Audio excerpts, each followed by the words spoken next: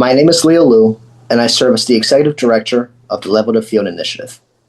It is truly an honor to welcome you to today's discussion titled Progress and Paradox: Women's Leadership in Sports After Title IX.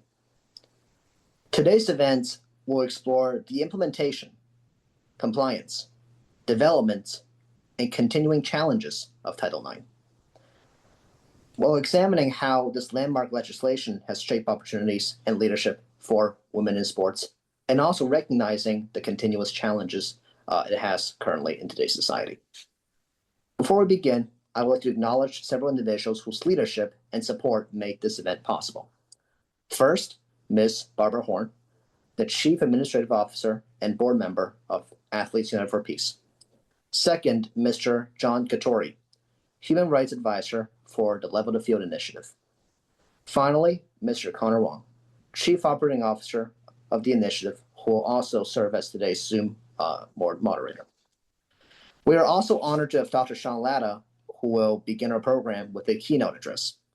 Following the keynotes, we will hear from an outstanding panel of experts who will engage in a conversation and discussion on the progress, complexities, and the future of women's leadership in sports.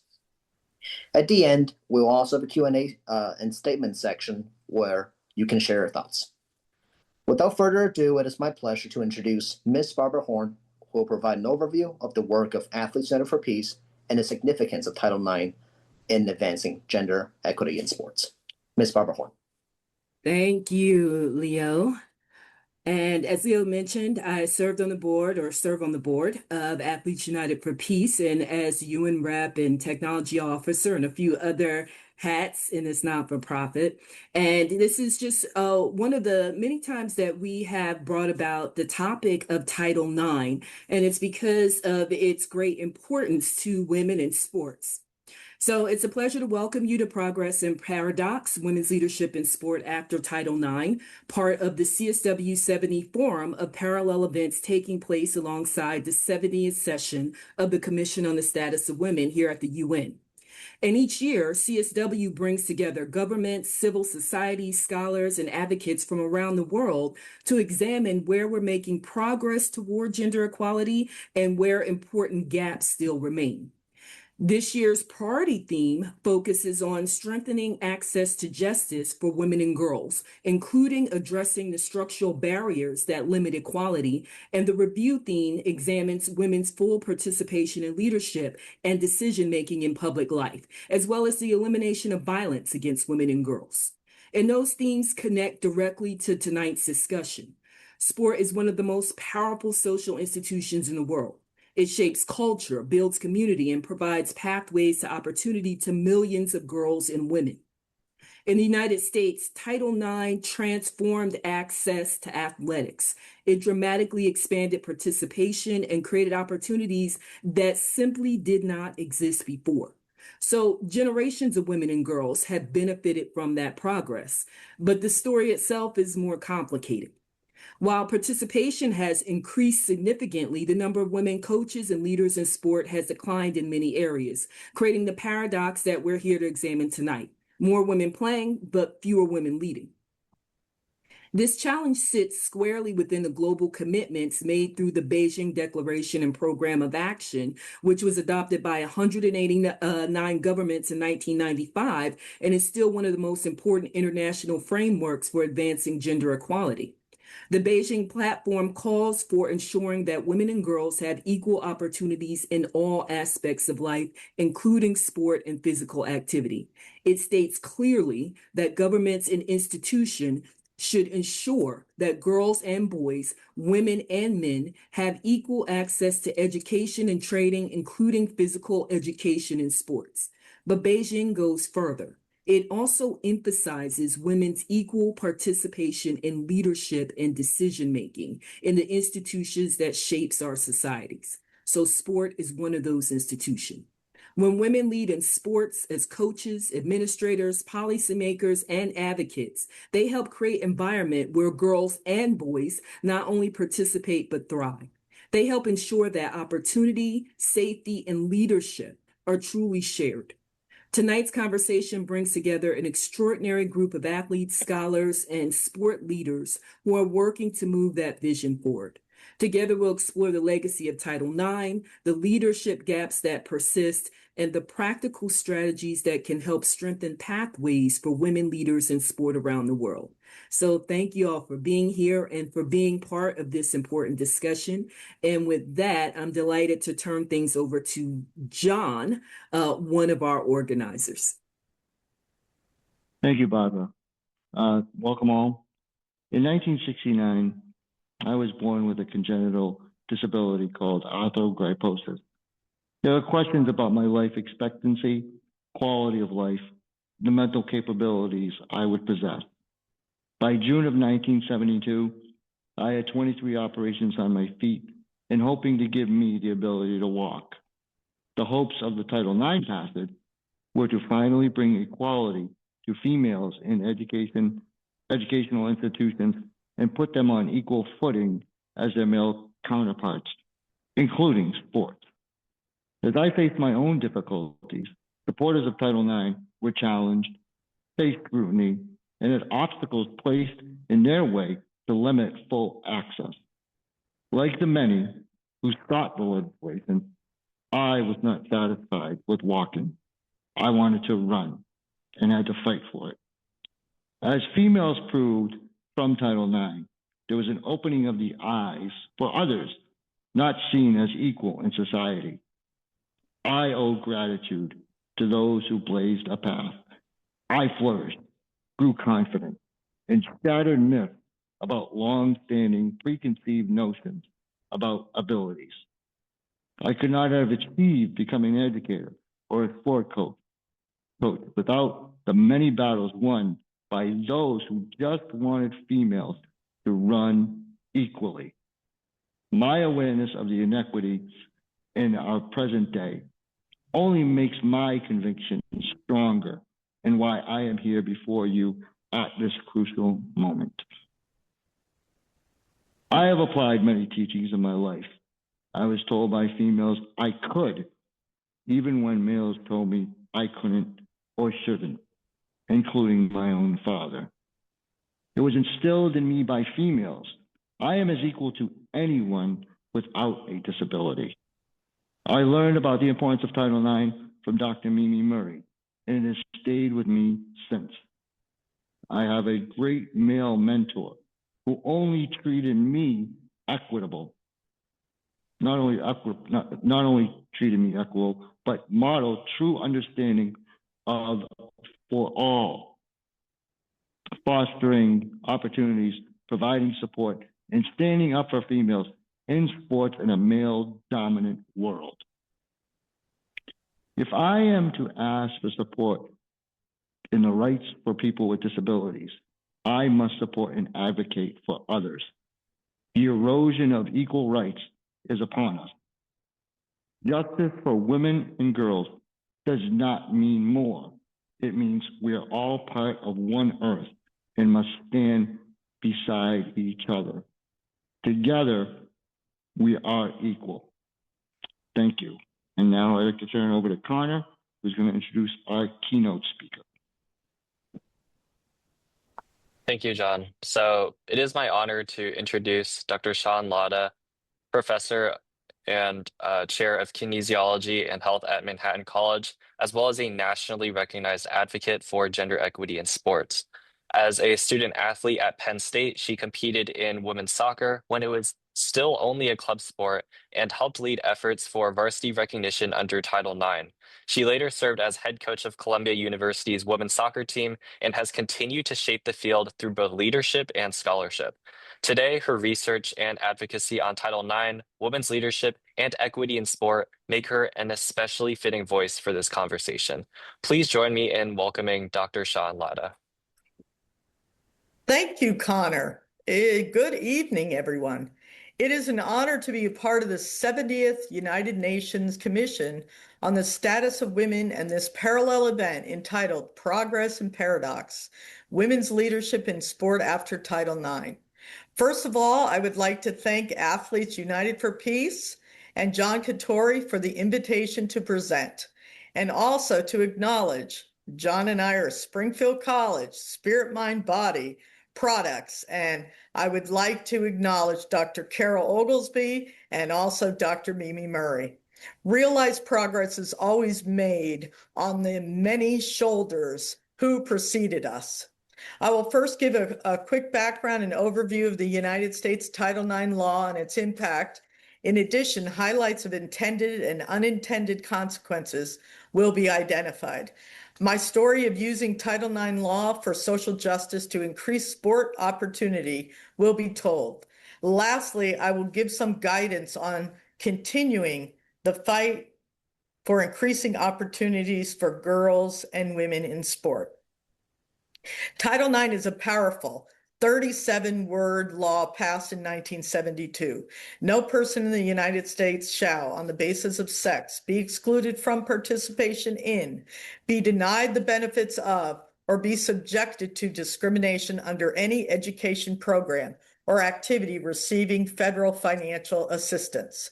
Many people believe Title IX specifically connects to increasing sport opportunities, but in actual reality, the law was passed to allow women admission into higher education. Birch Bayh, a senator from Indiana and often referred to as the father of Title IX because he co-authored and sponsored the bill in the Senate, along with fierce advocate Patsy Mink. Bayh's wife was denied admission, even being a straight-A student, to the University of Virginia, solely because the state law barred women from attending. So when Bayh had the opportunity to support a federal law designed to prohibit gender discrimination within education setting, he was more than ready. Even after 50 years since the passage, there are many misconceptions related to Title IX, like the notion that the law is about women getting the same opportunities as men in athletics, or why men's sports are cut. And it is surprising when you look at how the law has fundamentally changed the landscape of opportunities for girls and women, and there is not more clarity with the general public. There are three prongs which can be used to judge if schools are in compliance with Title IX. The first one being proportionality, which means the enrollment of the school in terms of males, females should align with athletic opportunities. The second one is showing an ongoing history of expansion of female opportunities. And the third is meet the interests and abilities of the underrepresented sex. Not surprisingly, it's hard to rely on prongs 2 and 3 because there's no standard or uniform accepted way to measure. Over its 50-plus year life, there have been many attacks to dilute the law. For example, there have been attempts to take American football out of the equation when comparing male and female sports opportunities. Even so, with an occasional attack, Title IX has been a success when looking at the tremendous increase in girls and women's athletic opportunities. In 1972, when Title IX was passed, girls' high school opportunities have grown from 300,000 to 3.4 million. Boys currently have 4.5 million opportunities. According to the Women's Sports Foundation, 86% of NCAA institutions across all divisions offered higher rates of athletic opportunities to male athletes, disproportionate to their enrollment, representing almost 60,000 missed opportunities for female athletes. And men received $252 million more in athletic scholarships than women. The major intended consequence is that even though there is not complete parity with athletic opportunities, there has been a huge expansion of opportunities. The main unintended consequence, as many of the guests have alluded to, is the great decline of females in leadership positions as coaches and athletic administrators. Prior to Title IX, 90% of head coaches were women for female teams, and today it is only 40%. So with employment, men have greatly benefited by Title IX. The Women's Law Center estimates that still 90% of institutions are not in compliance with Title IX. And even so, no educational institution has had federal funds taken away for not being in compliance. But as often happens, laws are passed, but societal attitudes and beliefs lag behind the law. Title IX is no exception. It is important to increase individuals in leadership positions who are committed to the importance of women leading and use their hiring power. Social media can be powerful in exposing injustices quickly. A few years ago, a photo was posted of a few weights set up for the NCAA women's basketball tournament, while the NCAA had created a whole weight room for men. With this negative exposure, the NCAA was forced to do the right thing, or at least to make it right for this one thing.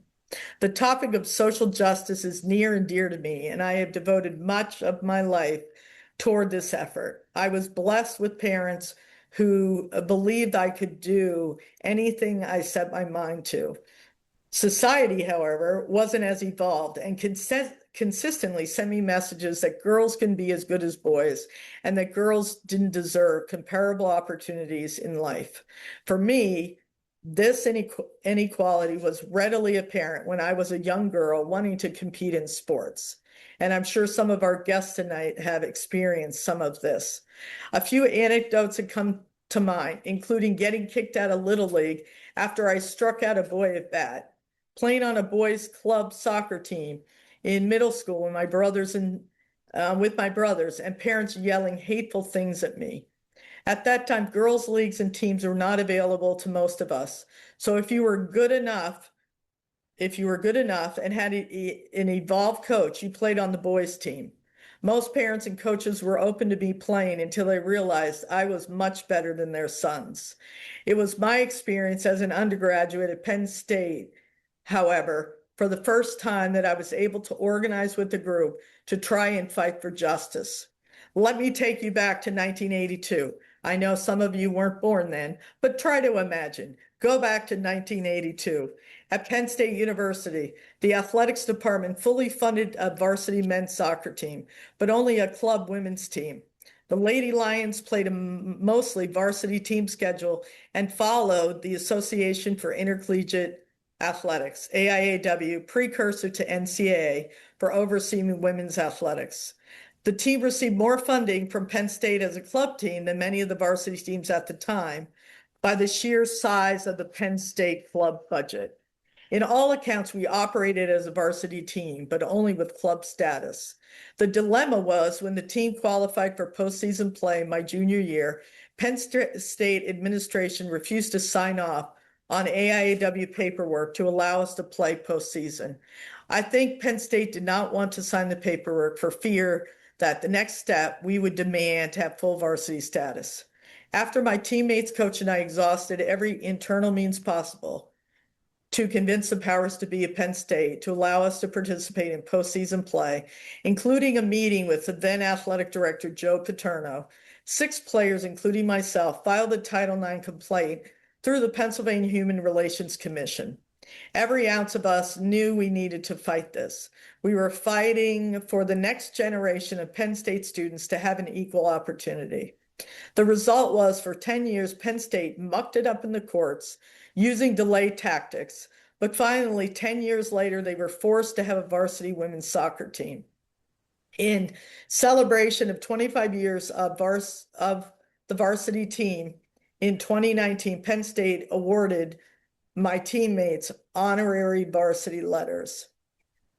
This experience has had a profound effect on me and nurtured my passion for ensuring opportunity, fairness, and social justice.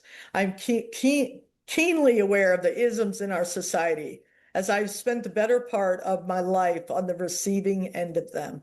These experiences have made me see the world through a different lens, one in which I choose to be more sensitive, open, and accepting of others, motivating me to be a change agent for the world to embrace all people. Challenging the status quo can be hard, really hard. History has taught us many times after the fact that change often happens through those willing to fight for a cause bigger than themselves, sometimes at a great personal risk.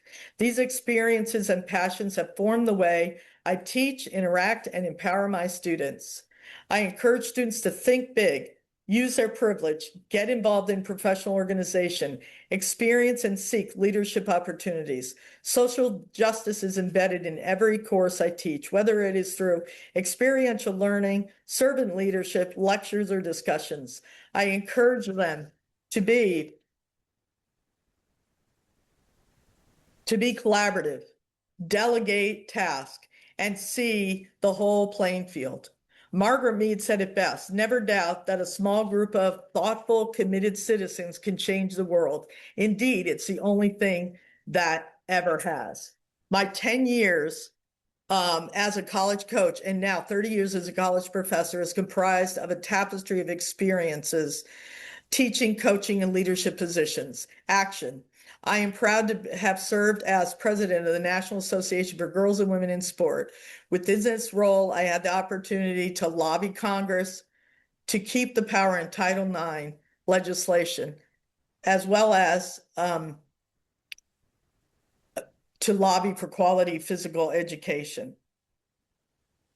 This didn't happen organically. It occurred through my tapestry of mentors, excellent teachers, motivated coaches, and experiences. Social justice refers to the distribution of opportunities and privileges within society, and individuality moves to a whole society effort toward it. I ask each one of us to reflect on what are our intentional actions to develop others to be change agents and to contribute to a more fair and just world. What are we doing every day to teach in our programs, in our curriculums, in our college, university, in terms of hiring, in our communities and in our families? How can we cultivate feelings, showing emotion, empathy, having feeling in the heart for all, being change agents? What do we want our legacies to be? And let me finish with a quote by Angela Davis. I am no longer accepting the things I cannot change. I am changing the things I cannot accept. Thank you. Thank you, Dr. Latta. Very amazing keynotes. Thank you for taking the time to present this keynote address today. And now it is my honor to introduce our moderator, Lee Tren, a Vietnam War refugee and author of I Did Not Miss the Boats. She is also a former chemist turned entrepreneur, TEDx speaker, and a certified story coach. After her husband's stroke in 2023, she launched TSAI Financial Legacy to help families protect their income and build tax-free legacies. As founder of She Echoes Globally, she empowers women to transform lived experiences into purpose and impact across generations. Now I will facilitate a opening statements segment. So let's see here. Piper Graham, would you mind to go first with your 2 minutes opening statement? Yes. Do you want me to introduce myself first, or? That's fine. Okay. My name is Piper Graham. I am a student at Elms College in Massachusetts. I just finished my senior year of basketball. I have played since I was in 8th grade. I plan to become a women's basketball coach after I graduate in May. I'm very happy to be here. Thank you, Piper. Next, Miss Stephanie Dollar. Hey everyone, my name is Stephanie Dollar. I am the Deputy AD for Internal Administration, Senior Woman Administrator, which is a nod to Title IX. I'll talk about that. And the Deputy Title IX Coordinator for Athletics at the University of Massachusetts, Boston.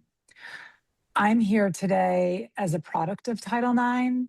A lot of what Dr. Latta shared, I was nodding, and I hope to share a little bit about that here as we talk today.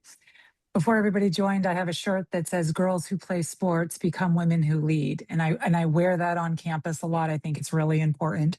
I played basketball, although not as well as Sarah Ben did back in her day. I grew up with one sister. We played every sport, and Dr. Latta said it. It was a privilege for me. I didn't know that there were opportunities not available to women. I am a product of, let's not age myself. My student athletes think I'm younger than I am. No, it was the 70s, the 80s, the early 90s. And I was able to and blessed to have opportunities to play the sports that I wanted to play, as did my sister. We probably had the original girl dad back in the 80s who probably thought he wanted boys And I say that because I would never say that now. We went to hockey games, we went to basketball games, we went to football games, we did all of that. And back then, we always laughed that we had short hair and he wanted boys. I loved that my dad did that because I am convinced that at a very young age, I knew I wanted to work in sport. I wanted to stay involved in sport. Sports are transformational. I am a mom now of a daughter who's 11 and a 13-year-old son. And I share that because growing up, my son only knew that girls played basketball. I spent 17 years working at the Women's Basketball Coaches Association, where every day we talked about women's opportunities. And I was mentored by a woman by the name of Betty Janes, who, may she rest in peace, she is watching me now, just shaking her head, going, we used to battle about Title IX. And she would say to me, Stephanie, we need to teach the next generation about Title IX. And in my younger years, I said, oh, Betty, it's fine. We can play. It's fine. We've got this. And she would shake her head and we'd go back and we'd come back. And years later, she was right this whole time. We need to continue to educate. It is not about lost opportunities. This is about making opportunities available for boys, girls, men, and women. My son only knew women played basketball because I only watched women's basketball on TV. And one day he looked at me and said, Mom, can I play? And now he plays for Mr. Katori in his league. And so that was a pivotal moment for me to understand perspective for young people. He didn't see boys playing basketball. He only saw girls. So he thought he couldn't play. And then I realized, I said, okay, we'll change the channel every once in a while. But he grew up watching women's basketball and knowing that that is a standard. My daughter does not dribble a ball. She is a competitive gymnast and a competitive dancer. And so it is very important to me, not only as a mom, but as a college administrator who manages Title IX on a daily basis on a campus, on a Division III campus, to make sure we all understand and continue to focus on education. It's about educating. It's not about lost opportunities. This is about creating opportunities and for people to understand that. And I'm happy to be here. Thank you, John Katori, for the invite. And I'm excited to listen to my other panelists. Thank you, Stephanie. Thank you. Next, we have Miss Sarah Payne. Hi, thank you for having me. My voice is always a little raspy from coaching quite a bit recently, so I hope it holds for everybody. But I've had a wonderful life filled with so many great different turns and adventures and jobs and memories through athletics. I would definitely say that I have benefited from the women who were pioneers, like Dr. Lauda. Thank you. I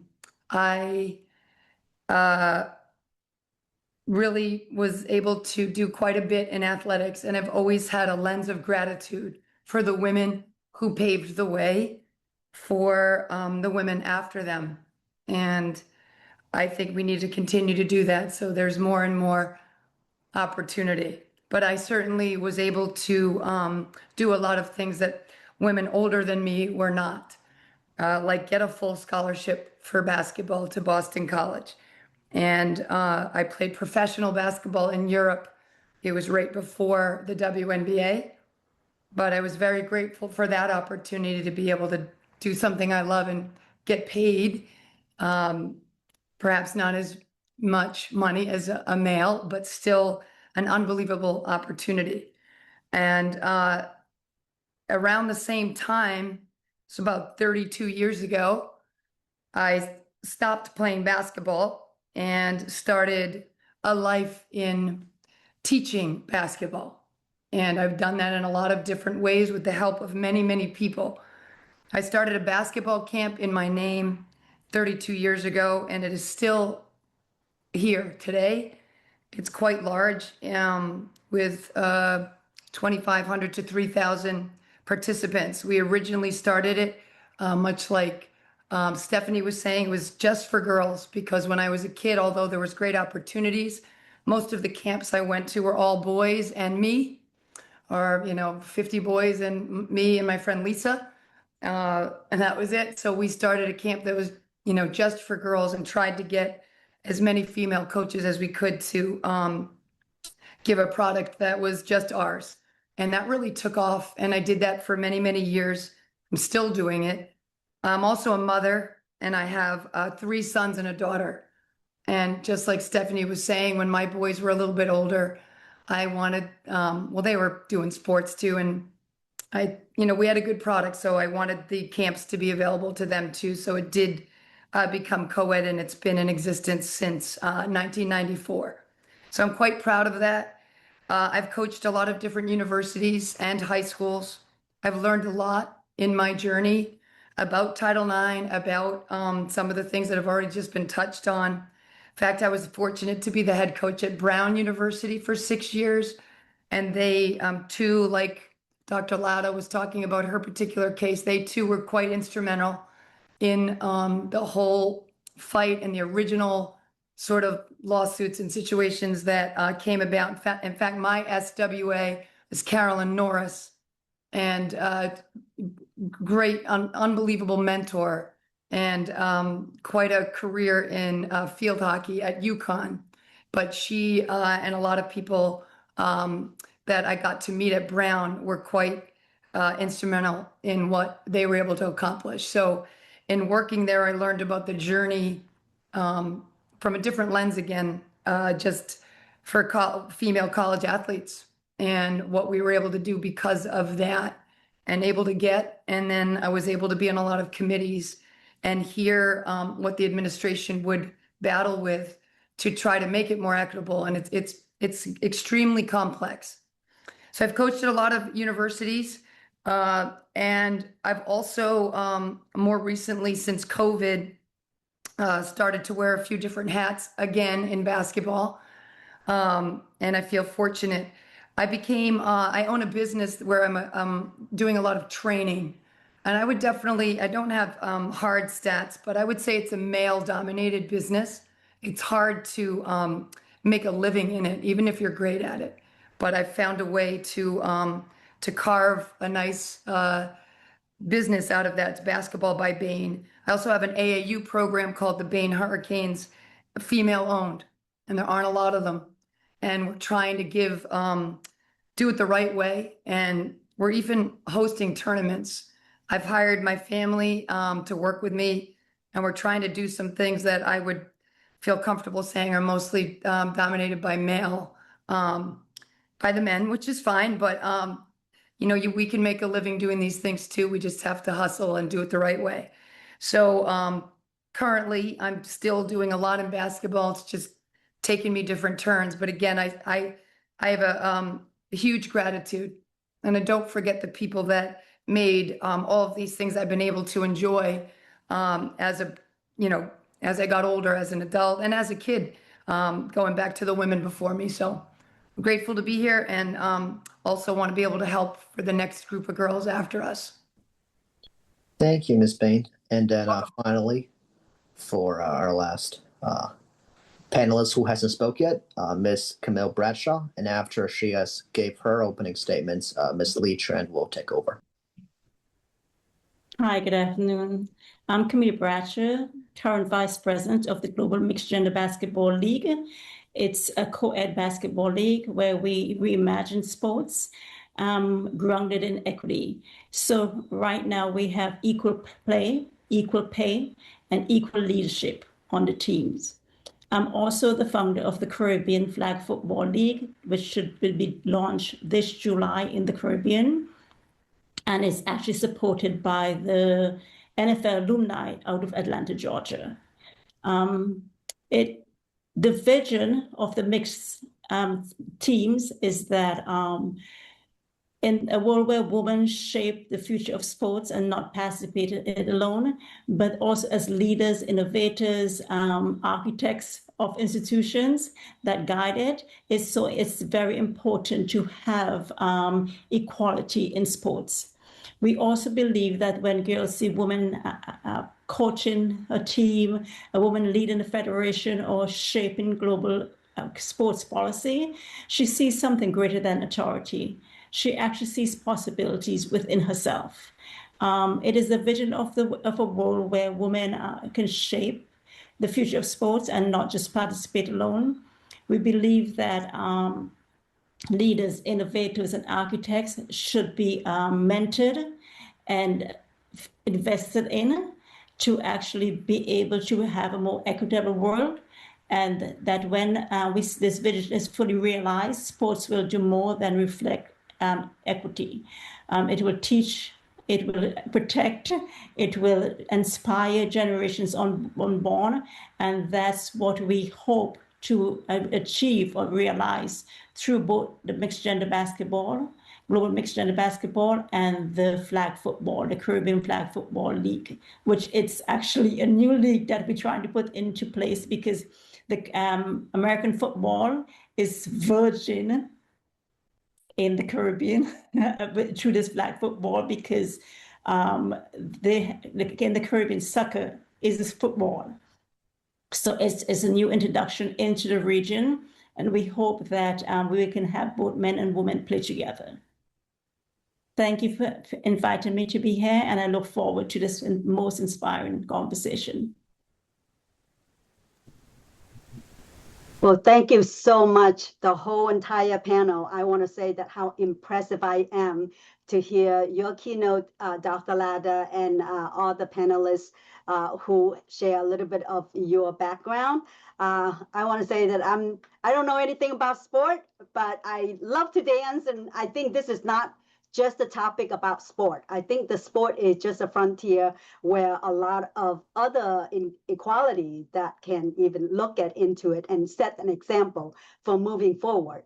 So I love your keynote, Dr. Lada. I think I've learned so much from just listening to your journey of fighting for so many younger people. And I know Penn State because I used to live in Pennsylvania, and I know a little bit about that. But I want to say that you get an incredible keynote, and I know Ms. Dala and Ms. Ben also share a little bit of their perspective on their journey and what they see inequality, and what has to be done as a being business owner. Now, Ms. Piper, Ms. Graham, do you see yourself in that journey as a business owner or as a coach? It's just something that I'm wondering that, do you see that is something that you can actually proceed it as a business owner or as a coach, as a professional going forward? Yeah, I definitely think I can see it. I think I've been able to see like progress in Title IX throughout my basketball career. I've had actually an uncommon amount of female coaches that I've talked to people, and they're like, it's crazy how many you've had. I've had a female coach at every level. So like to me, I didn't know that this was like an issue kind of until I got to college and people started talking to me about Title IX. But yes, I can definitely see it in my journey. I know I'm going to have to deal with it as I go into the profession of coaching. Well, the fight just began, right? But Yeah. you've got a great support group right here. So good luck. And I know that the journey is ongoing, and it's hopeful that that younger generation like you can see that. And for Miss Camille, what's your last name? Bashar, from Ms. Bashar. As a filmmaker, do you see the media representation influence whether younger women see coaching and leadership in sport as a path for themselves?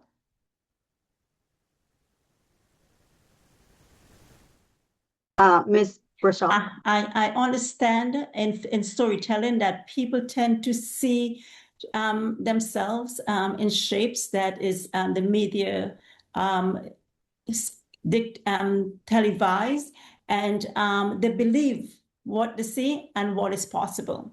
So as a filmmaker, it is important for us, for media to be consistently showing girls, especially young girls, and athletes, that they can be coaches, they can be strategists, they can be leaders, they can be in rooms, they can build tables in spaces where a seat does not exist, and that they have limited potentials. This always said they speak about the glass ceiling, but there is no ceiling in a woman's life. Is whatever she dreams is possible that can be achieved. So we try to tell stories, especially for myself. I try to tell stories and where young girls can see themselves. In fact, as a filmmaker, I mentor girls. I've been doing this for years before it became popular. I've been mentoring girls on set. Every film I work on, I make sure I have a young girl there. And most of the time, if I know she needs credit to get a job, I give her my credit if the credit is not available. I love And it. I love it. so I've been doing that for years to make them see that they actually are leaders within themselves. Yes, I think storytelling is powerful, and Very. nothing better than telling a story as in a movie, as somebody's story. It's just real because it sticks to their head. And I love that you build dream for little girls, saying that it is possible. For the next 20 minutes, this segments we're gonna focusing on the compliance and the implementation of Title IX. And I will put the question out. Any of you want to answer, please feel free to grab that question and answer. So do any of you think that people are less aware of Title IX today than they were 20 years ago? And if so, what do you think that's the main reasons? Dr. Lada, you want to go first? Sure. It's disappointing, but it's also exciting at the same time. When I talk with women on the college university ranks, it's almost like they expect to have these opportunities. And when I start, sounding like my grandmother, my great grandmother, and I try to explain, how not that long ago, in the 70s and 80s, there were limited opportunities. And still there's not parity. They look at me like, what are you talking about? And in a way, I'm excited that, they just expect that they should have these opportunities now. And what do you mean? How long ago there weren't? The negative part about it is that, as I stated in some of my keynote, that we do not have parity. And especially where you see the disproportionality is at the high school level, and if there aren't those high school opportunities or the youth level, I mean, those are really feeders for girls and women to, move and play in college or university, and then, even professional like Sarah did. I mean, it's just incredible. And I mean, really, we need to just realize that everyone watches women's sports. Everyone watches, and it's phenomenal the growth, when you look at I mean, we have the NCAA March Madness, and then there's the NCAA Men's March Madness. And we need to, pay attention to a lot more media attention.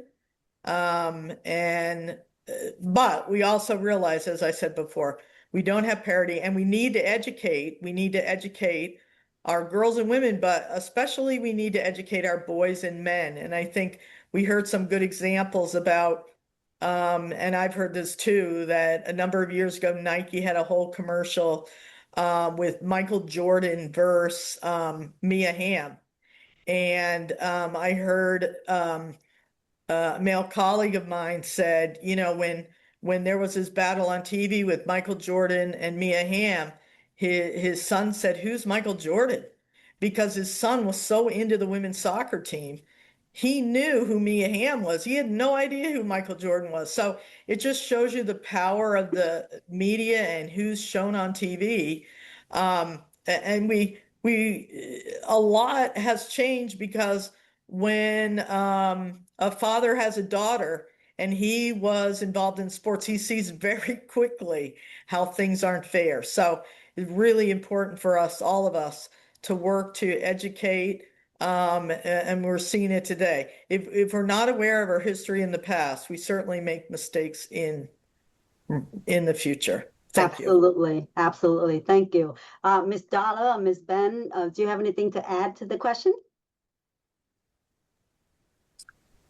I want to say that I'm doing a lot of head nodding because I think from what our colleagues up here are saying, it's so true. I work on a Division III campus, and I want to say one thing that came out that when Piper was speaking, I recently, and I'm going to say recently, within the last 5 years, ran a head coaching search for a program.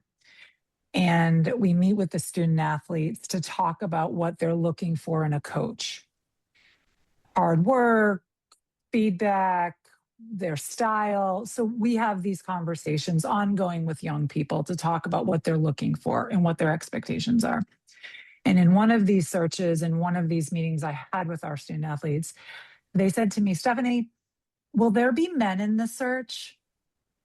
And I went, yes, the search is open to everybody. Tell me more about that. They had not been coached, unlike Piper, who said she had had coaches, female coaches at every level. The majority of this team had only had a history with male coaches in that particular sport. They couldn't see being coached by a woman. Wow. That was a really pivotal moment, because you think about, and Dr. Latta brought it up, opportunities, decline in opportunity, not decline in opportunities. Women are choosing other paths now, so we may not see as many women in coaching roles, although we may see more women in doctors, lawyers, different professions that maybe weren't open to them back in the 70s or even the 80s. But I thought that was a really interesting, when Piper was saying it, I was reliving this conversation that I'm having with young people.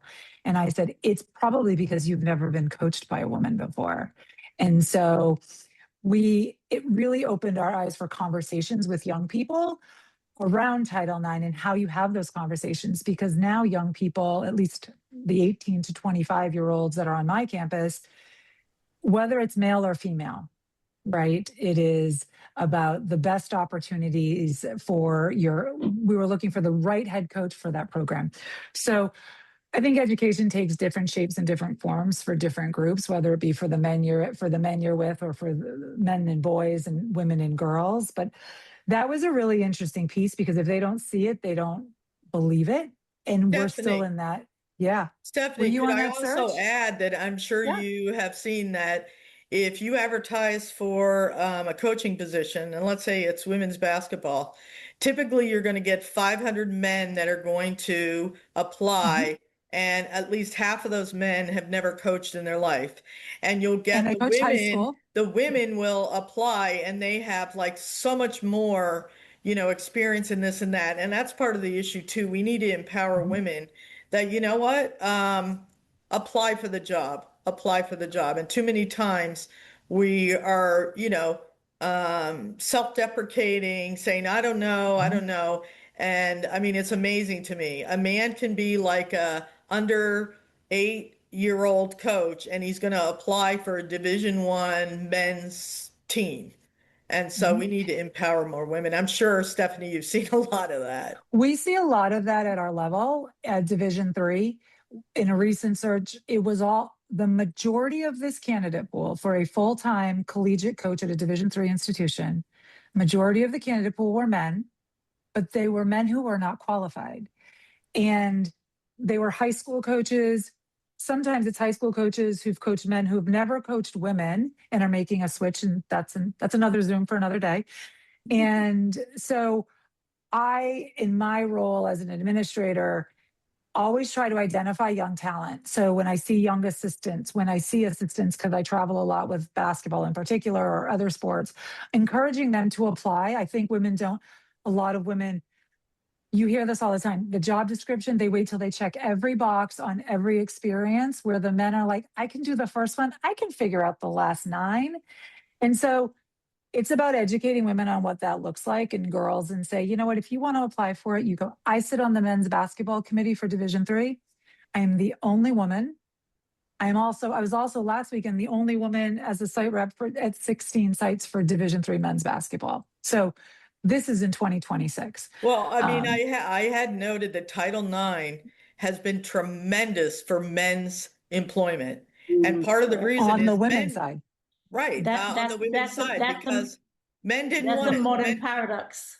Yeah, men didn't Yeah. want to coach women until it was looked upon more favorably overall in society. Then all of a sudden, men want to run and apply. So they're applying for the men's jobs and they're applying for the women's jobs. And that's, I know John's shaking his head. I mean, that's one of the big reasons why we've seen a decline. The increase in funding, the increase in visibility, prestige, and resources that long-standing power structure followed that, because as you know, when people hire, they hire their colleagues and they hire their friends, so that when all this money came into the pipeline, the leadership followed that pipeline. Yeah. I went to a all-girls school, but I know that I see men coach in the girls' school, but I seldom see a lady coach in the boys' school. So that is something, and I think education is the key, that women need to hear all of this, what you all say here. So Miss Ben, you are the coach and you run a business. So what is your perspective on this issue? Real short, we're going to move on to the next, but yeah. Yeah, well, I think it's really complicated. There's several different layers and several different things you can look at. You can hear me, right? Yeah? Yeah. Okay. About the women, the declining numbers in women applying for college jobs. I think there's other things too that may not, I don't know how they can be addressed, but I just have a lot of friends that have done it or would do it and would be qualified, but don't want to. Mm. And I think that needs to be looked at. And like, why don't they want to? I think it goes to like the life balance, the big debate. They Life. a whole other panel about, it is awfully hard to have children and be at all of their things and try to have, like, it is not a 9-to-5 job at all. It is so much more hours and weekends and holidays, and it is quite a sacrifice that you have to make. And I did it when my kids are little, and it's very, very challenging. So I think you have to look at what could be done to get more women. That's probably just one thing to look at, but it is very, very challenging to try to work and raise a family, where a more traditional job, you might get home at 5 or 6 o'clock most nights, Right. not have weekends, and enjoy your holidays and summers at times. And in Division I basketball, and even I'm a high school coach again, that's a huge commitment. You're sacrificing a lot of those things. So just, again, this is just my circle. There's a lot of women that was like, I loved it, but I can't. I've got a 6-year-old, I've got a 9-year-old. I can't do it. And I get that. So yeah, a lot of personal satisfaction, and what do you have to trade in, because usually practice is after school, right? So you have to be there. So I would like to see that. Is that something that we can improve? Should Title IX be updated with the new legislation, do you think, or should we focus on better enforcing the law that we already have? What would be better to improve it? Should we update it? Should we enforce the law that is already there? well, I think that we have to change with the times, and that we have to look at, why are there less girls playing some of the things, even though they have more opportunities. I've got a lot of thoughts on that. Why are less women wanting to coach? There's lots of different answers to that. One is life balance. One is, there's a lot of turnover in coaches that the kids they rally against you. There's a lot of verbal attacking going on from families, and there's just a lot of different things that go on, and some of the ADs, just make a change rather than back the coaches. So there's lots of things that I think could be looked at on how to take all the great work of Title IX and get more women involved and, change with the times and continue to educate and continue to make the opportunities, but make it more feasible for the right qualified women to want to do it. That's what I think. Anybody else have to add to this? Because it obviously looked like it's something that we have to not just keep talking about it, but we have to keep fighting for it too, because there's a lot of unwritten inequality, nonverbal type of action that society just kind of brushed aside, right? I think the 37 words are brilliant. And I don't think the law is the problem. I think it's societal attitudes and values. And what other civil rights law can you say, I'm working on it? I mean, I'm working on it. Right. And so we need the will of the people, to keep pushing our powers to be to enforce Title IX. And too many times I hear, well, I'm working on it. I don't have the money. I don't have the money. No, you know what? Equity and money don't go in the same sentence. If you have $100, are you giving $50 to your son and $50 to your daughter? Or are you saying, no, I'm going to give $70 to my son. I'm sorry, honey, I only have $30 for you. You got to put the money back in the pot and redistribute it fairly. Someone else said, part of the system is already set up. For example, American football, at Division I level, there'll be like 120 men on a roster in college athletics. You know how much money that costs? If you could look at the NFL, their roster size is like 53. Why do we need to support 110 athletic scholarships for football? Right there, we could cut, and that would not only increase opportunities for women, but increase opportunities for men. I mean, how many men's wrestling programs have been cut, or volleyball, or etc.? We want more people to have opportunities, not just some.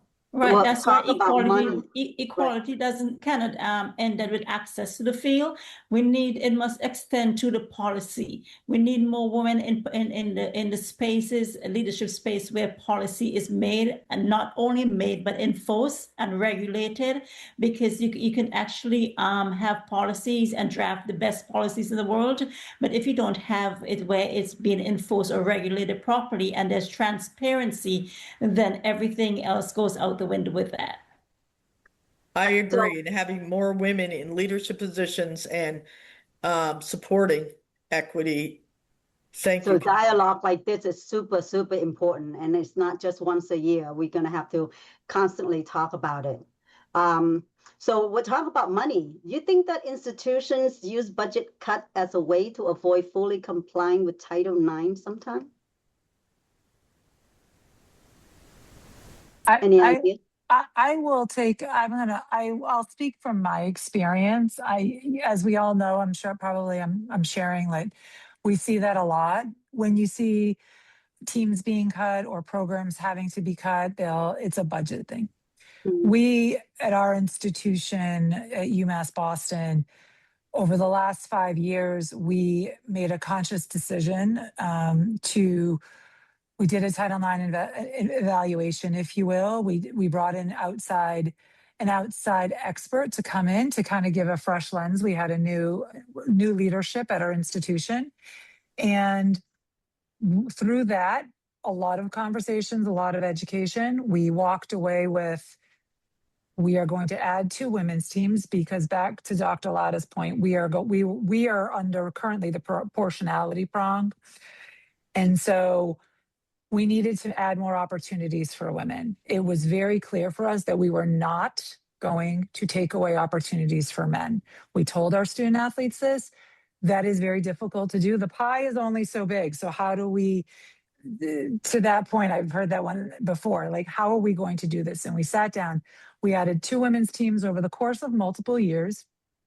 Our softball team, currently, their new field is under construction because of Title IX, because 10 years ago, when they built the men's stadium, nobody said anything about the fact that the women's stadium still looks like 1985. And so we brought it up.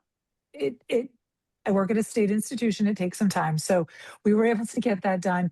And we were able, all under Title IX, to address an issue with locker rooms and in the women's locker room for women's hockey. And so our institution, we sat down, we went through the report. We said, this is what we have to do. We need to comply with the law. The key for us was our Title IX for campus. I am the Title IX coordinator for athletics.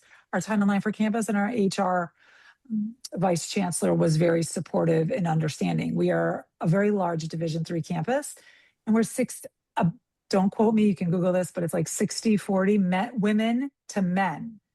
And our numbers were, like a lot of people, reversed because we had larger roster. We have hockey, we have men's lacrosse, and baseball, those 3 alone. And so we have made over the last 5 years, and we have a 10-year plan to show progress. And it's slow. I'm not saying we've solved these all overnight. And it has been we've had to educate our male student athletes and our male coaches around opportunities and fundraising money. And so it hasn't always been rainbows and unicorns, and not everybody's like, yay, but we're taking it as an opportunity to educate as to the why and making sure that people understand that this is about everyone having an opportunity. And so budget it's not easy. I will say that it is not easy, but it can be done. And I said, with the right support, especially across campus when it's needed, because it is the law.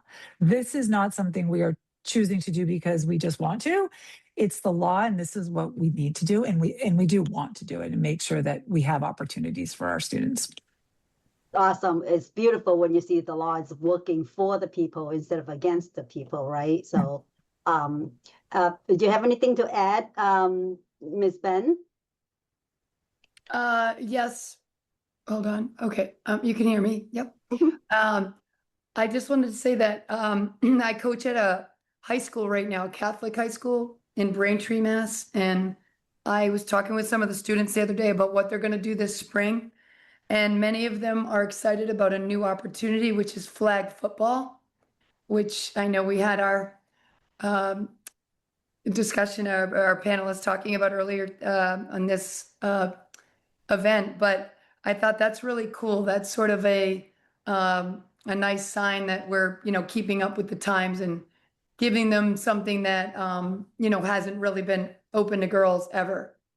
And the other thing, like, you can't ignore, and I know Dr. Lada talked about this, like when you watch the WNBA and you see the sellout crowds, and you compare it to 5 years ago, it's like a lot of things are going in the right direction for opportunity. And, I think we just have to keep talking about it and enforcing the law and seeing how people that are living in it can collaborate and find ways to enforce it better. And, I think that when I heard that about the flag football, I thought, all right, that's awesome, So I just wanted to share that because it's like in real time, it's a sport they've never had. It's not that big of a school. So It's going to be an Olympic sport soon. So I know, keep on with that. But That's exciting. Around here, it's not so big just yet. Just like, lacrosse used to not be big. I'm going to say 10 years ago, in some parts of this area for high school, and now everyone has it. So I look at it as like our administration's doing some good things, keeping up with Title IX and giving some opportunities to our female students. So before we move to the next section, Ms. Brashaw and Ms. Graham, do you have anything to add to this?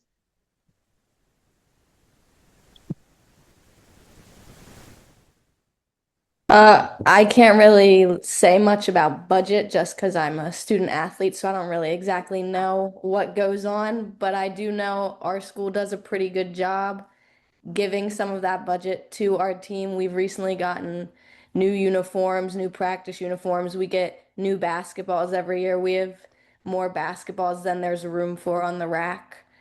So I think our school does a pretty good job. I don't know about other institutions though. Well, it seems like you got good experience. You got female coaches, you got, everything up to date. So your world looks pretty rosy, and I'd love to have more girls and women to experience that. Yeah. Ms. Brashaw, last word? I think right now there's a lot more grants available to female sports. There's a lot more sponsorship. And even athletes themselves, male athletes, they're trying to, they're coming out and they're speaking and they're championing women in sports. So, and there is non-profit groups who actually buy tickets for women's sports so that they can encourage girls to go and watch those sports, especially in the WNBA. There's programs that you can buy a bulk of tickets to have your young girls to come and watch WNBA. So I think once we get a lot more sports leagues involved in that and maybe group together and encourage these different leagues to encourage people to go out and buy tickets to the sport, I think that will draw more attention, more media, and more funding. Absolutely. Great job. Yeah, I love that idea. So we're moving to the next sections. We're going to talk about the paradox of Title IX in the present day, and how does it lead to a significant decline in women's leadership in sport at various levels. First, I want to ask Dr. Latta, is there enough information available out there about Title IX compliance across all levels of educations? And if not, how can awareness can be improved from K to 12 level? First of all, I mean, you really have to have people committed to, as I said, social justice and equity. I think we need to do a much better job in schools, as well as with coaches. I find sometimes coaches on the collegiate level, I'm surprised how many are unaware. So, I mean, it really is about education and awareness and making sure. I mean, I try to with all my students. I mean, I don't want any student not to be able to explain what Title IX is. But as I said, I think there's, the expectation of so many young female athletes that they kind of take the experience for granted and don't realize, the fight that occurred. So really that education piece is so important. Absolutely. I think I am educated from this experience. Like I kind of heard of Title IX, but never really looked into it. But I think that we're talking here sport, but this is bigger than sport. This is like for social injustice for many different levels. Sport is just a part of it. So anybody else have anything else to add about how we can make awareness all across the level of education from middle school, high school, and elementary school?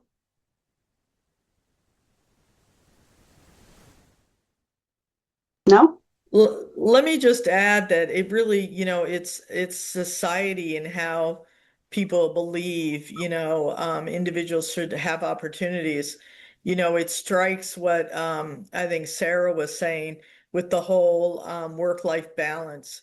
Even though many families, if we look at a heterosexual couple, I'm still more often with, even though some things have changed, that typically the woman has more responsibility with figuring out where the children go after school and this and the other thing. So it makes it that much harder for a female to be a coach, because not only is she doing her coaching duties, she also has much more responsibility at home.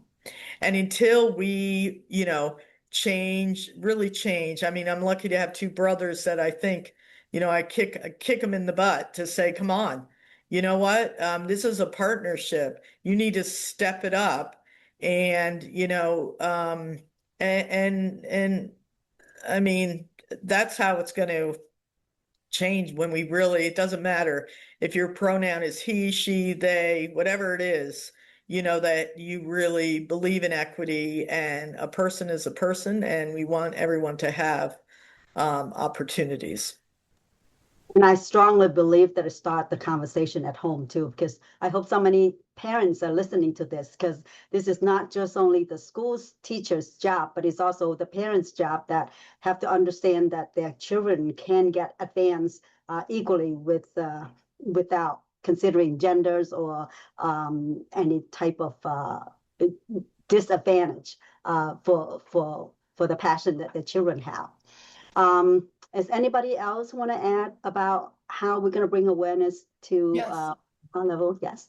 Yes, I would say that, I think, again, when I coached in college, it would be part of the curriculum put on by the administration for all the coaches to get educated on all the different compliance issues. And we were all, constantly meeting with them and talking about what could be a violation, what isn't. And we were really kind of well-versed or like educated on the Title IX. I think they also did things with all the athletes, but that's at the college level. I think what we're all kind of like, it would be really helpful if it was mandatory for, I don't know how you would do it, but public education, middle school, like through the phys ed department, and or health, and for the high schools through the health and phys ed, and or especially if you're going to be participating in athletics, that all of the coaches and athletes have to watch, a video. I mean, we do a lot of things to get certified to coach, whether it's concussion protocol, background checks, you name it, it's all very necessary. But this could also be part of the education so that, if for whatever reason a coach didn't know about it, they're young, maybe their parents, that coach's parents didn't talk about it. It's sometimes it's just totally unintentional, but they just don't know, but now they do because it's part of how they get hired. And it's also should be part of what the athlete needs to do in middle school and high school to be able to participate in phys ed and on teams. So it'd be great if they coupled it with all the other things we have to do to be able to participate in athletics on both sides. They also can make the families watch it because as I think about it now, the parents have to watch something and sign off that they're aware of how to take care of the student with, heart things, head things, all these things that can come into play, but it also could be the education on this.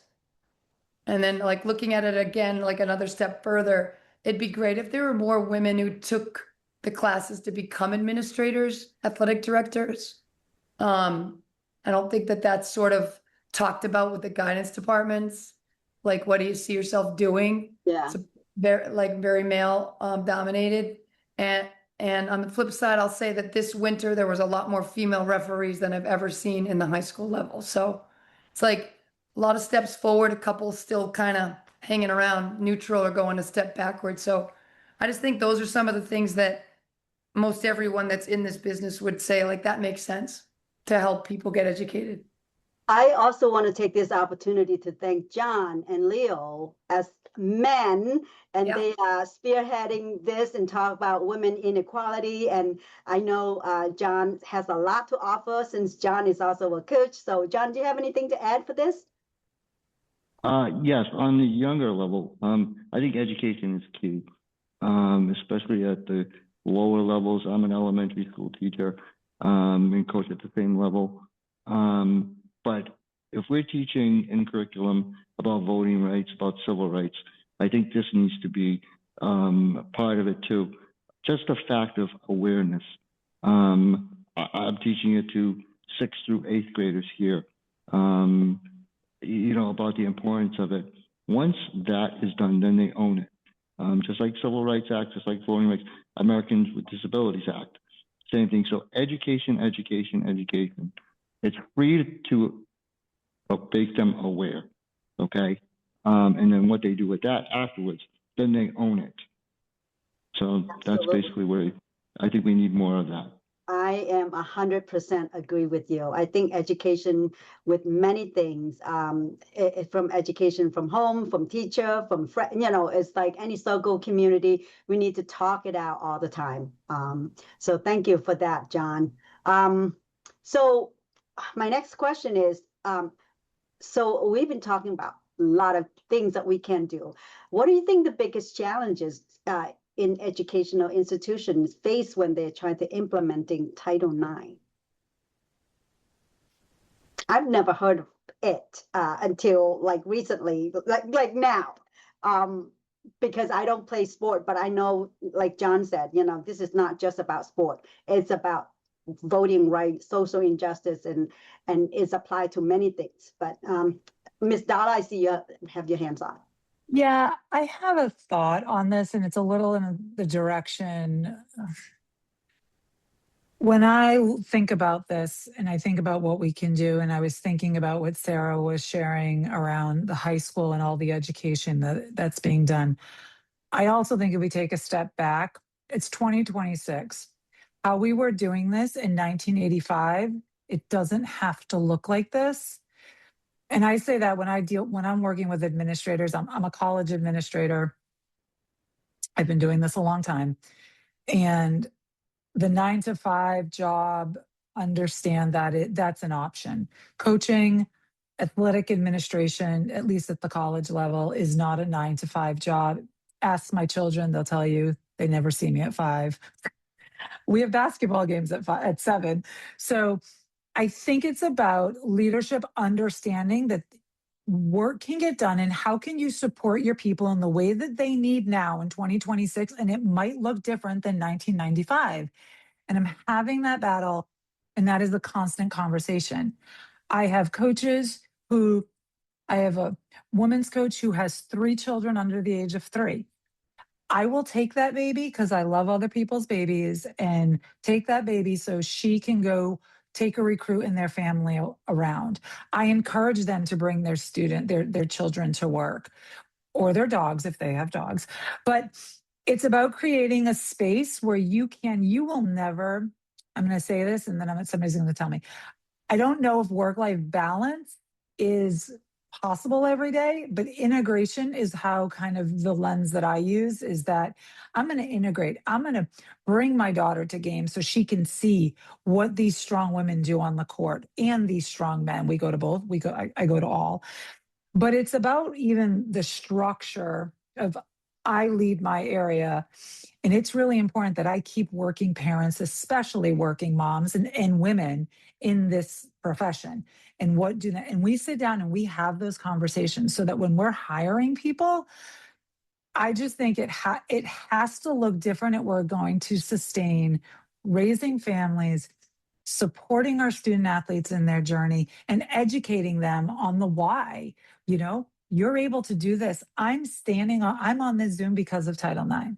So, and so are many of you. And so I think it's rethinking too how we manage the workload and the expectations of people in this day and age. We're on Zoom. We would never have been on Zoom 15 years ago doing things. And so I just think it's a little bit of a different approach to kind of look, because it goes back to educating and broadening. We need male allies like John. All of us can speak to the ally and supporter. I'm an ally for LGBTQ plus. And so how are you allies? How are you supporting people? And what do they need? And really understand that and try and help them. And I think the system didn't allow for that. It was very rigid and very, what can we do? And as an administrator, as somebody who hires coaches and works with them, I think it's really important to kind of be able to understand their needs, because that is really important for women. It's important for men too. And I'm seeing a rise in men whose wives or partners have babies and they want to take paternity leave and they don't know how to do it. They don't know how to take time away from their work. It's an interesting dynamic, but I think it goes back to support and education from whoever your bosses is or the administration. You have to make conscious decisions to make this important. This can't be something I'm just going to check a box in my next meeting that says this. It really has to be ingrained in the culture. I agree. It has, because without intentional pathways for women to lead, the same pattern of exclusion is going to persist. And we have, and all of these old policies are going to just keep reappearing, even within the system that's designed to promote equality. They're going to keep popping up if we don't have intention within the pathways that's created. Very much agree. And I'm so glad to see that some of you or many of you are product of Title IX, right? I mean, you keep saying that you're here because of Title IX, and that make me feel like there is progress, but there's still a lot more to be done. So, so there's is there a correct way to say I'm trying to comply? Is it a valid excuse for direct Title IX violations? I mean, you know what I'm talking about, right? There have been cases that, institutions have had a plan, that I think Stephanie mentioned, having a 10-year plan and realizing that being in compliance. And as I said, the Women's Law Center has estimated 90% of Division I institutions are still not in compliance.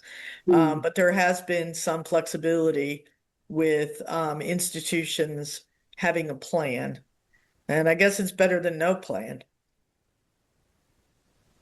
Yeah, it is a complicated issue for sure.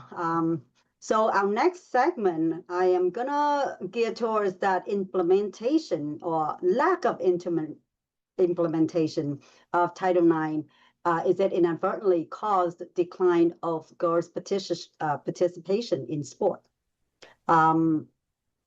So obviously we see a lot of opportunity increases for girls and women to participate in sport.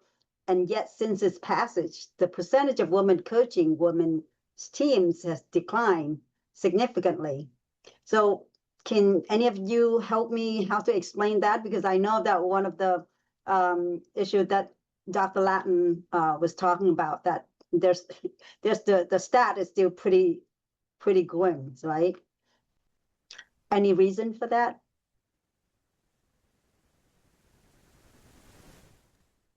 I think a number of people have commented on this in terms of the notoriety that women's sports has had now, and it's a lot more attractive for men to coach women.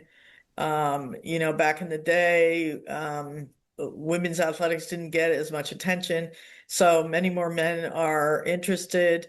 I think a number of people mentioned about the tendency to hire people like yourself, and if we have the majority of athletic directors, at least in the college ranks, are white men, they tend to hire who they know, other white men, not necessarily women. So that's an issue. I think, and I really appreciated Stephanie being a more evolved athletic administrator and trying to rethink that whole work-life balance. I mean, it should look differently than 1985. I agree with you. And we need to be more flexible. Why not use virtual sometimes? And I think today it should look differently. And if it looks differently, maybe we can attract more women into the coaching ranks. Thank you. Anybody have anything to add to that?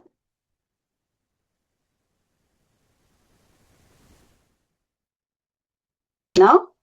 All right, I'm gonna move to the next question.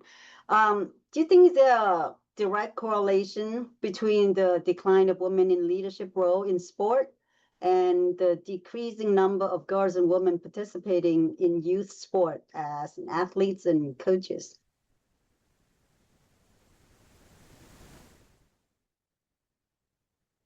Any taker? I'll maybe take it. I don't know if I can speak to if there's a direct correlation. My observations. I'm rereading the question, the diminishing number of female persons. I think the age is around 12 years old. I think that came out of the Women's Sports Foundation, around the age where girls leave their team. I don't want to say quit, choose other things. I think here's the positive. Young girls have a lot more opportunities to do things now. They're doing flag football, which I'm in Massachusetts, so that's becoming a big, the new hottest thing for some people to do, depending on if that's your interest. And so I think that women are still, the girls are, you get to that 11, 12, 13 age, which, as my mother reminds me, was a difficult time frame when I was that age, and says, you know, they say, I'm going to quit. It's not cool. I'm going to go do things with my friends. Or there's a burnout factor. We didn't burn out in sports back then because I was playing 3 sports, 1 different season. And now there's a push for young people to specialize in a sport at a very young age. And that creates burnout.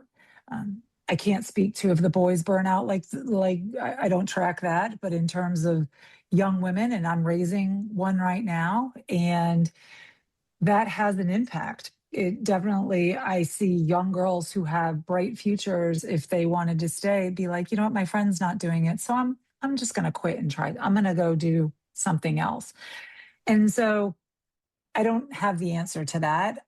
I always wonder if the coaches are, you know, if you're not being coached in a way by, if there are fewer women coaches for these women to identify with.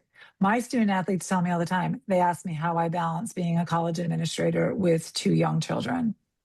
I have made career choices based upon the fact that my children were young and now they're getting older, and how can I, you know, manage both? So, I mean, back to the question, I think there is a drive for young girls to participate in youth sports. I see it. I mean, I don't have the data, but they get to an age where instead of continuing on, they kind of walk away and choose another path.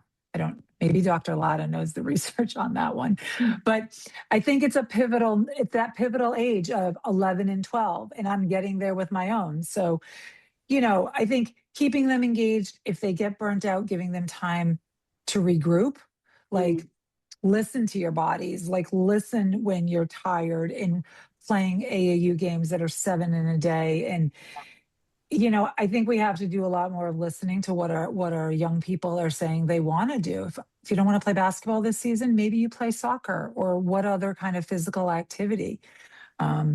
So I think for that's what I'm seeing in my point. I will say I work in Division 3. Division 3 of the 3 NCAA divisions, 1, 2, and 3. I think our numbers are higher in terms of women leaders, in terms of athletic director roles, as opposed to the Division 1. I'm also a senior women administrator, and that's a designation the NCAA created some time ago, but it was about elevating women to leadership positions so that they had opportunities to have a seat at the table. And so I think that has evolved over time. We still have a ways to go with Division 1 and Division 2. It's not 50-50 yet. We're not there, but we are making strides. So, I mean, I don't have answers on that. I just can point out things that I see. Yeah, I can hear sometimes interest change, and sometimes the wear and tear in your body, and there's a lot of factor into, and maybe salary is not as attractive as being an engineer or some other degree, perhaps. I don't know. I'm not a sport person. Again, like I said, I'm learning, but those are interesting perspective to hear, because I do know friends who have children that play sports. So I mean, Ms. Brashaw, you have anything to add? I will echo what Stephanie is saying, in that I think at that age, a lot of young girls are trying to figure out themselves and find themselves at that time. And just an opinion, it's not researched, or science, it's not science, but I just find, as one who mentor girls, is that they tend to go into areas where they see a lot of women tracking, and because there's not a lot of women leadership in sports, sometimes they feel like, okay, this is not possible for me. This is and then it depends on what is being said at home too. Perhaps they're being told that, okay, boys play sports, this is not for girls. And so it comes back, bleeds back into society and what society are telling our girls a lot. So I think it's a broader conversation than this to look at. Maybe the next topic that we discuss can actually focus on that. But I think it has to be, it all tracks back to sports being a male-dominated industry. Still, no matter how advanced we have become, I think that also plays in the minds because, again, whatever we see, we believe. However we see ourselves, we believe. And if girls are not seeing models of themselves in these leadership positions, they tend to not want to gravitate towards that. That's just my scientific opinion. No, I think you're right. I mean, I don't know. There must be a study out there to see if it's direct correlation to the stat of, how women can see this as an ongoing. I don't know, Ms. Graham, do you see the correlation between that? I do see a correlation. I think Stephanie's point about sports specialization, is what really stuck out to me. I know females tend to specialize more at that age than males do. I think because females put more pressure on themselves to get like a college scholarship. So they want to put all their focus and training into one thing so they can get really good at it.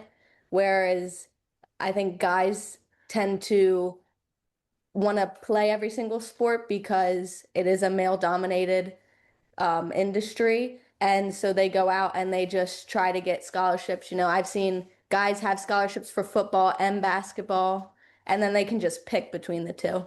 So I kind of think that might be where some of the 12, 13-year-old girls stop their participation in certain sports. Yeah. Well, I think the Olympics with a lot of gold medalists could help, right? I mean, it'll give a lot of hope for younger folks who want to pursue sport as a career or the leadership. So since you added Ms. Graham, I want to ask for a young athlete today, what are the biggest obstacles to pursue a leadership role in sport after graduation, in your opinion? Right now, looking at job applications that are opening for assistant coaching positions or graduate assistant positions, it's more they are requiring 3 years of college coaching experience. And it's more, how do I get hired to work at the college level without college coaching experience? So I think that's like the biggest thing for me is trying to get around that requirement that's pretty much everyone kind of has. Ms. Ben, do you have any add-ons since you encounter many youth athletes? Do you hear them talk anything about after graduation pursuing a leadership role? Yes, I have spoken with some of them. I would say it's not as many as I would want or hope for. So I think that goes back to the education and when they're younger and just trying to let them see and learn from others who are happy and thriving in sports as an occupation. I just wanted to mention one other quick thing though on the if any of the numbers are declining in some of the sports with the girls at age 12. I think I'm seeing that firsthand with many of the schools in Massachusetts can't field like a freshman basketball team anymore. And the JV, some of them can't field a JV. They have to pull up middle schoolers because there's not enough kids anymore. And maybe it's because they're doing other sports. That's great. But I'm fearful that it's like the social media and how their young minds are like constantly comparing themselves and that they're nervous to look not as good or they feel anxious about not succeeding in what they think is somebody else succeeding. So I think it's the comparison, the pressure to compare that is driving girls away. And they're really missing out on what could be a great opportunity to stay involved with a sport they've done since they were 7 years old. And all of a sudden they just leave it. So burnout is a factor. I think social media is an even bigger one. Yeah. We have to get the education, we have to help the kids see through some of that stuff and stay and continue to participate. Right. I would agree. I would agree with Sarah. I think definitely there's research with the social media, and the more minutes you're on social media, the tendency higher depression, anxiety. Also there's a lot of research related to girls going through adolescence and really grappling with self-esteem issues, 11, 12. And so that probably is feeding it as well. Definitely. Women's Sports Foundation is backed a lot of research related to, if we can get girls involved in sports through those adolescent years, 11, 12, 13, I mean, it really does help to increase their self-esteem, as well as reduces depression, anxiety, reduces the chance of teenage pregnancy, reduces the chance of being involved with drugs. And so there's so many benefits, just generally for anyone being active, but especially when we look at girls, sports, being involved in athletics can have tremendous benefits. Yeah, but we got to do better with helping those young kids get through that period where they doubt themselves by looking at the things that they think are important and Right. making some decisions that aren't as good. And I could see where the parent would think, well, this is making them very nervous. Let me let her not do it and do something else, which, Sarah, that's what we need to get together with Camille and Sarah, and we need to have a huge social media campaign and Yes, flood TikTok and Instagram and put that message out. What do you think? more messages about staying Love in it, that. even if you're not the star athlete. Definitely. Yeah, participate.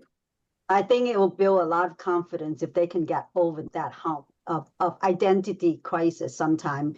Like, is Correct. that something I want to do? Or, yeah, and I think peer pressure does a lot of that too. So this is wonderful.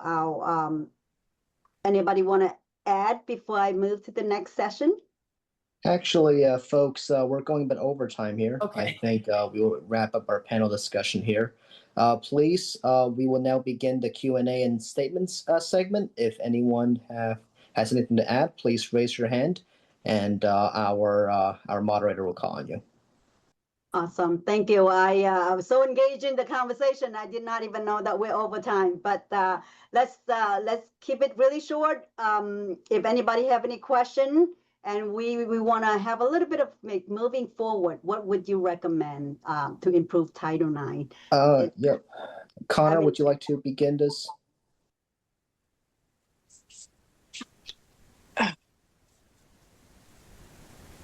That to me, sir? Yeah, Connor, when you go, and Ms. Macabro, I'll call you after Connor, okay?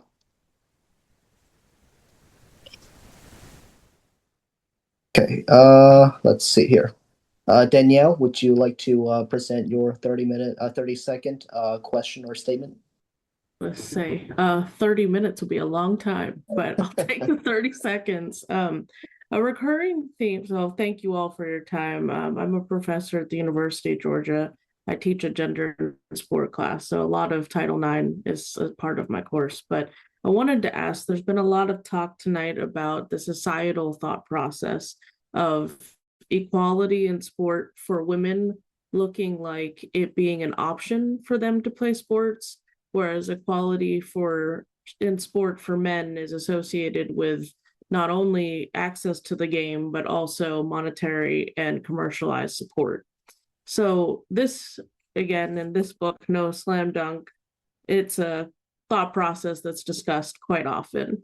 So this book was published in 2017.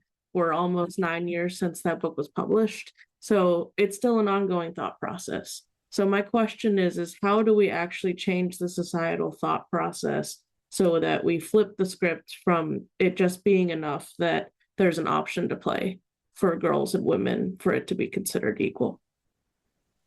Anybody want to take on that question? I mean, if we had an answer to that, I mean, tomorrow it would just, I mean, we would have equity, you know, fairness, social justice. I mean, I think that's the zillion-dollar question. And we have seen, societal values, mores over time change. I mean, you look at pre-1920, I mean, we didn't want, women to vote, but sometimes we have history repeat itself. I mean, I feel like now we have a huge backlash right now because, women have gained too much. We're too close to being equal. And I just heard a report the other day that Gen Z, there's a high percentage of Gen Z now who's like from 14 to 29 that really believe that a wife should obey their husband. So, I mean, that's scary, scary. But I do see that, major backlash. I think some of the progress has been made through, as I mentioned earlier, fathers having daughters and fathers that are athletic, and they see so clearly how unjust it is. And I mean, I've had a lot of male allies through my career, and many of them, they had daughters and they just couldn't believe, and they didn't know it until they had a daughter to realize how things are unfair. Thanks, Danielle, for your question. Very important. I do have, Danielle, can I add one other thought? It's just, when you were asking that question, I was thinking about the comparison between the NBA and the WNBA. You also have to look at the life cycle of that. The WNBA is much younger in terms of the years that they've been. So if you looked at the life cycle, they're still growing. They're probably where the NBA is much farther established and has been along for a lot longer. As long as as we make progress, hopefully we can make faster progress with, the level of talent. And honestly, I think between social media and the media coverage that they're getting in the new unrivaled league. But that's something too that I don't forget, that we're also still young in our life cycle. And as long as we're continuing to build and grow, we will get there. I think we'd all like to get there faster. I like to say I work in athletics. I don't like to do things slowly. So we like to move it along. I like to win the race. But, we're comparing are we comparing apples to apples when one has been around for much longer in terms of a business, an entity? And so keeping that in mind and making sure that the momentum is continuing to grow. And I think they've been able to capitalize in this specific example on the success of like the women coming out of college, whether it be, UConn, South Carolina, and some of those programs that really have helped elevate Caitlin Clark at Iowa, elevating the women's game at the college level, and then hopefully overflowing into the WNBA. And maybe it needs a little bit more time. I'm not that patient. I like to move it along, but I just some thoughts that I've had about it as well. Well, thank you so much. I know that there's much work needs to be done, and this is a dialogue that needs to be continuing and keep going. And I want to be respectful of time. So if you have any more questions, you can send it to Leo. Lou. He has his email on the chat here. You can send him information and whatever your thought about this topic. And I want to thank you all the panelists to being here today. And I have to say that I've learned so much. And thank you, John and Leo, for again organize this discussion. And have a beautiful day, everyone. Thank you, Lee. Thank you so much for moderating today's discussion. Before we all leave today, we have one of our panelists, Camille Bradshaw, that prepared a quick social media challenge, a quick call to action that she would like to share with our group. So, Camille, if I could have you do your 30-second thing, that'll be great. Thank you. Definitely, thank you. The challenge is that equity is not a game of competition. It's a value that we collectively protect. So today, let's commit to a call to action of equality is not a sport challenge. The challenge, the idea of the challenge is for us to create an interactive social movement designed to spark global conversation and action around equality in sports. You are invited to post a 30-second video sharing a personal moment when you stood up for equality and opportunity. After sharing your story, the challenge encourages you to film yourself passing a ball, a baton, or a whistle to someone else, symbolizing equality is not a competition, but a collaborative responsibility to carry forward. So then you tag at least 3 women, girls, or allies in sports, followed by the hashtag equality is not a sport. To continue the chain, creating a powerful global relay of voices advocating for equal opportunity, leadership, compensation, representation, and respect in sports across communities, from local fields to international arenas. And then we encourage when we have enough voices that rises on our fields and our communities across the digital platforms, we remind the world that equity and equality can move forward together. So remember to share the hashtag equality is not a sport and tag at least 3 allies, women or girls, and let us have a global relay. Thank you. Thank you so much. Thank you, Camille. Let's see here. So before we end today's discussion, I have prepared a closing remarks to end the day. As we come to an end of today's discussion, I would like to thank all of our speakers and participants, especially our moderator Lee Tran, for moderating this panel discussion. And thank you so much for coming to such a meaningful conversation. The perspective shared today remind us that policy alone is not enough. Continued commitment, collaboration, and advocacy are essential to ensure that the spirit of Title IX is fully realized. We hope that today's event serves as a reminder that sports can be powerful. It can be a powerful platform for equity, inclusion, and social change. And that together, we can continue working toward a future where women and girls have equal opportunities to lead both on and off the field. Thank you so much for joining us today, and I hope you enjoyed today's events. The recording of this event can be found shortly on athletesunitedforpeace.org. If you have any questions for the panelists or for our organization, please feel free to contact us at athletesunitedforpeace@gmail.com. Thank you very much, everybody. Thank you.